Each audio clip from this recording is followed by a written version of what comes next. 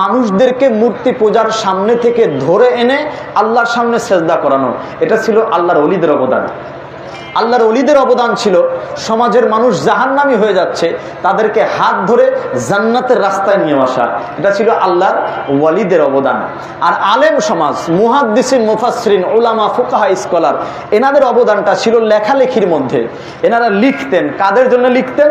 ওই যে আল্লাহর ওলিরা জানাদের হাত ধরে ইসলামের মধ্যে এনে দিলেন, তাদেরকে এবার এডুকেটেড করার জন্যে, তাদেরকে নামাজ শেখানোর জন্যে, রোজা শেখানোর জন্যে, হজ শেখানোর জন্যে, জাকাত শেখানোর জন্যে আলেম সমাজ কলম ধরেছেন।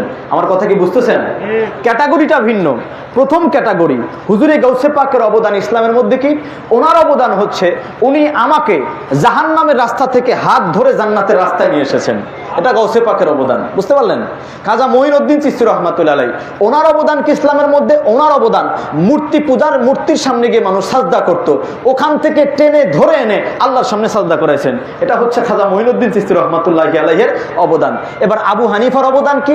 ইমাম আবু হানিফা রাহমাতুল্লাহ আলাইহির অবদান হচ্ছে এই যে খাজা মঈনুদ্দিন চিশতি রাহমাতুল্লাহ আলাইহি, হুজুরে গাউসে পাক, এইভাবে আল্লাহর ওলি যা আউলাদ রাসূল যারা আছেন, মানুষকে ধরে ধরে ধর্মের মধ্যে আনতেছেন। এবার ধর্মের রীতি রেওয়াজ, ধর্মের নামাজের পদ্ধতি, রোজার পদ্ধতি, কিভাবে রোজা থাকা লাগবে, কিভাবে হজ করা লাগবে, কিভাবে জাকাত দেওয়া লাগবে, এগুলো তো জানার দরকার আছে।